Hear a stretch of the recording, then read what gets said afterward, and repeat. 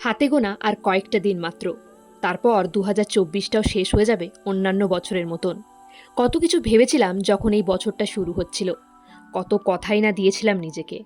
কতটা পূরণ করতে পেরেছি সেটা তো জানি না, কিন্তু এটা মনে হচ্ছে এই বছরটা সেদিনই তো শুরু হয়েছিল। কত জলদিই না শেষ হয়ে গেল। কত জলদি জলদি সময়টা পেরিয়ে যাচ্ছে, তাই না?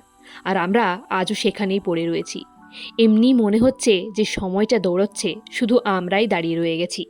কত মানুষ হারিয়ে গেছে না বলেই আমাদের থেকে। তারা হয়তো কথা দিয়েছিল সারা জীবন পাশে থাকবে আমাদের। আমি অনেককেই বলতে শুনেছি নিজের সেলফ রেসপেক্ট আগে। এই ইগো সেলফ রেসপেক্ট রাখতে রাখতে সমস্ত সম্পর্কগুলো নষ্ট হয়ে যাচ্ছে। হারাতে দিও না মানুষগুলোকে। একটা মেসেজ করে জানাও, ২০২৫-এর প্রথম মুহূর্তটা আমি তোমার সাথে আবার প্রথমের মতন শুরু করতে চাই। হয়তো সামনের মানুষটা ওয়েট করে বসে আছে এই মেসেজটার জন্য।